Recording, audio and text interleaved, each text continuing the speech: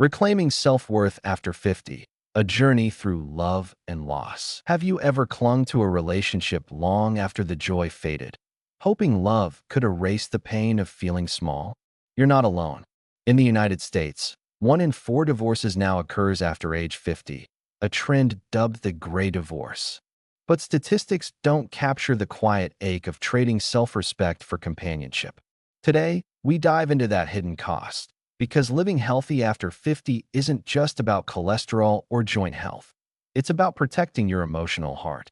This is the story of a man who thought love could turn back time, only to learn that true strength lies in reclaiming his dignity. We'll explore senior health tips for both body and soul, reveal why emotional health after 60 is key to longevity and independence, and show how rediscovering self-worth can be the ultimate longevity secret. Before we begin, I need your voice. Like this article, subscribe, and turn on notifications so you never miss practical advice for aging gracefully. Then, share in the comments. What's one boundary you refuse to compromise for love?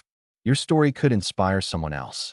Let's start where transformation begins, with a subtle warning sign that changed everything. Part 1. The dream begins. At 72, Richard Bennett wasn't searching for love.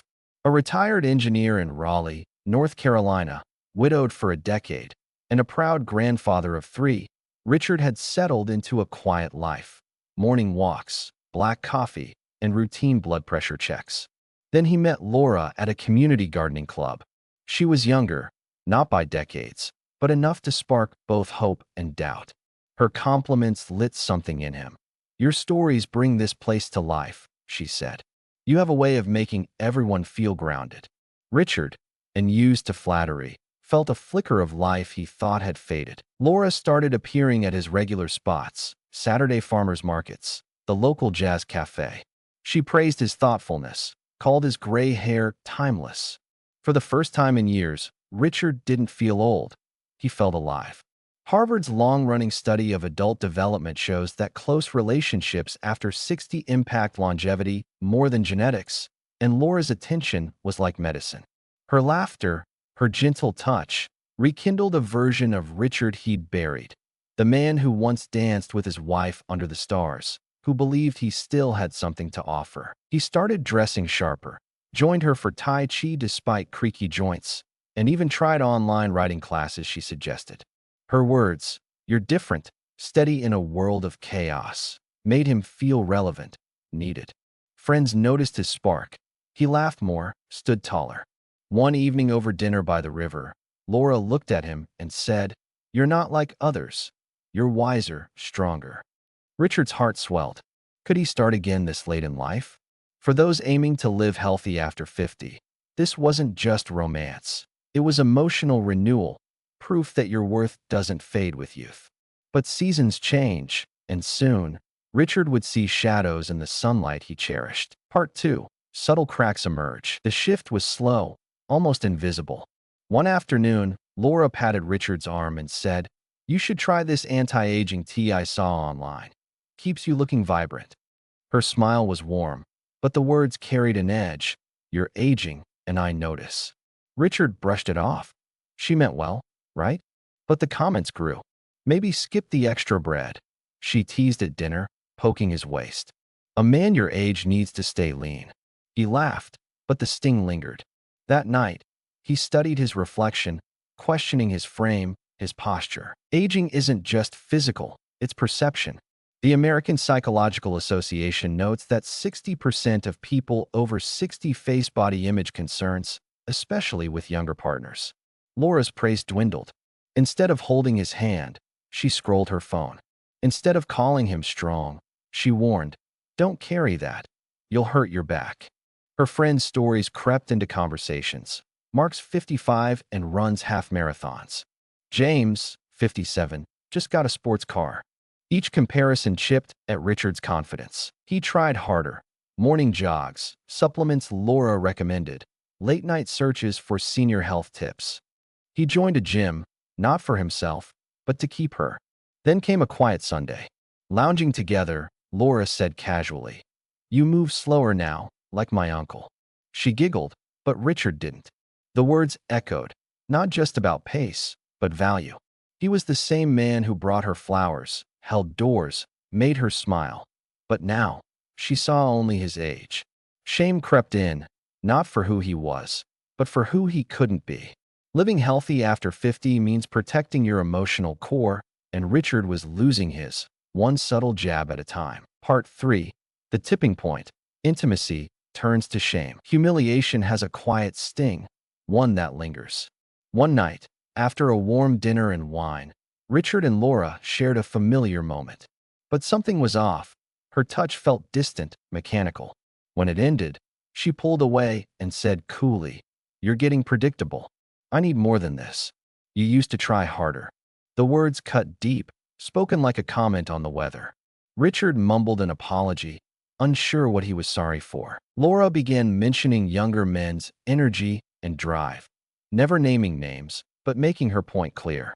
Richard researched natural ways to boost intimacy after 60, bought ginseng, tried breathing exercises, all in secret, chasing her approval. It wasn't about desire anymore. It was about proving himself. Aging erodes more than joints. It can chip away at confidence, and Richard was crumbling. Her affection became conditional, offered only when he faltered. "You're the only one who gets me," she'd say, pulling him back just as he questioned staying. This subtle manipulation, praise as a tether, kept him hooked. He grew quieter, anxious, replaying their talks, wondering what he did wrong. He skipped poker nights, called his kids less, stopped laughing. The National Institute on Aging notes that men over 60 rarely discuss emotional abuse, but it hurts just as deeply. Richard was vanishing emotionally, believing it was his fault. Her words, "You're too sensitive," or "I'm just being honest," made him doubt his reality. He saw a stranger in the mirror, not the wise man Laura once admired, but someone not enough. Part 4. Emotional collapse and self-reflection. One Tuesday evening, the house felt suffocating. After an argument, Laura needed space, calling Richard too emotional. He sat on his bed, staring at the floor. Something broke, not loudly, but deeply. In the bathroom mirror, he saw a tired, hollow man. Not the vibrant Richard from their early days, not the teacher who inspired students, but someone worn by another's expectations. He leaned closer and whispered, "When did I stop liking who I see?" That question shattered the silence. Living healthy after 50 isn't just about diet or exercise. It's about emotional strength. Richard had lost his. Laura's words echoed, "You're lucky I'm here," as if his love was a debt. He saw the truth. He wasn't living. He was surviving, twisting himself to fit her mold. He wrote a letter, not angry or cruel, but honest. He thanked her for their time, acknowledged his efforts, but admitted love shouldn't cost dignity. "I'm not leaving because I stopped loving you," he wrote. "I'm leaving because I remembered to love myself." That night, under a blanket on the porch, coffee in hand, Richard breathed freely for the first time in months. Solitude with self-respect, he realized, was better than companionship with shame. Emotional health after 60 is about boundaries, knowing when to stay and when to walk away. Richard wasn't fleeing pain. He was embracing peace. Part 5. Rediscovering self in solitude. The first morning alone was heavy. Richard reached for Laura out of habit, finding only cold sheets. The house was too quiet. No coffee brewing, no voice to greet him. Loneliness hit hard. He moved slowly, unsure how to fill the space, checking his phone for messages that never came. But loneliness isn't solitude, and as weeks passed, Richard felt a shift. The silence became permission to be himself. He dusted off his old guitar, its strings rusty but familiar. Playing brought back the man who sang with his kids, who performed at family gatherings. He reconnected with friends, visiting Tom, an old colleague in Durham, for hours of laughter and stories. The National Institute on Aging confirms strong social ties rival exercise in importance for aging well. Richard joined a pottery class at the community center, not to impress, but for joy. Each clay creation rebuilt a piece of himself. He stopped chasing youth and embraced wisdom. In the mirror, he saw a survivor of heartbreak, loss, and self-doubt. He wasn't starting over. He was stepping into who he was meant to be. Aging gracefully means honoring every wrinkle, every lesson. One evening, sipping tea as the sun set, Richard smiled, not because life was perfect, but because he was at peace. That's the gift of self-worth after 60. Part 6. 5 Timeless Lessons for Seniors. Richard's story isn't unique, but it's rarely shared. Many over 60, whether divorced, widowed, or lonely, seek love to feel seen, only to risk losing themselves. His journey, falling in love, losing confidence, and reclaiming dignity, offers wisdom earned through courage. These 5 lessons are survival tools for anyone aiming to live healthy after 50, physically and emotionally. Lesson 1. The illusion of youth can blind us. Being admired by someone younger feels electric, but it's a trap if it pulls you from the present. Richard wasn't chasing love. He was chasing a younger self. Your worth isn't tied to youth. It's deepened by experience. Aging gracefully means living now, not pretending to be who you were. Lesson 2. Love should never demand your dignity. Richard stayed, hoping to win Laura's respect, but love doesn't belittle or demand performance. If someone diminishes you, it's control, not love. Dignity is non-negotiable. It's the foundation of emotional health after 60. Lesson 3. Self-love is the bedrock of healthy relationships. Richard's healing began when he chose himself. Self-love isn't indulgence. It's setting boundaries, trusting your instincts, and saying enough. As Dr. Kristen Neff, a self-compassion expert, says, self-kindness allows us to value our well-being, not out of ego, but survival.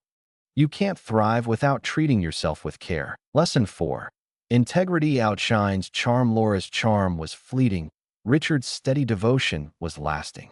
Charm opens doors, but integrity builds trust. At 60, you've lived enough to know character matters more than flash. Value those who value your depth. Lesson 5. Every loss teaches growth. Richard lost a dream, but found himself. Loss clears space for clarity and joy. The National Council on Aging shows resilient older adults who grow after loss report higher life satisfaction. You don't stop becoming yourself after 60, you evolve. If you felt unseen or not enough, remember, you're not too old to begin again, not too late to reclaim your worth, not too far gone to live boldly. Healthy aging is in your courage, your voice, your choice to say, I deserve better. Share which lesson resonates most in the comments. Your story might light the way for someone else. Like, subscribe, and turn on notifications for more senior health tips and longevity advice. Your health is your wealth. Protect it, starting today.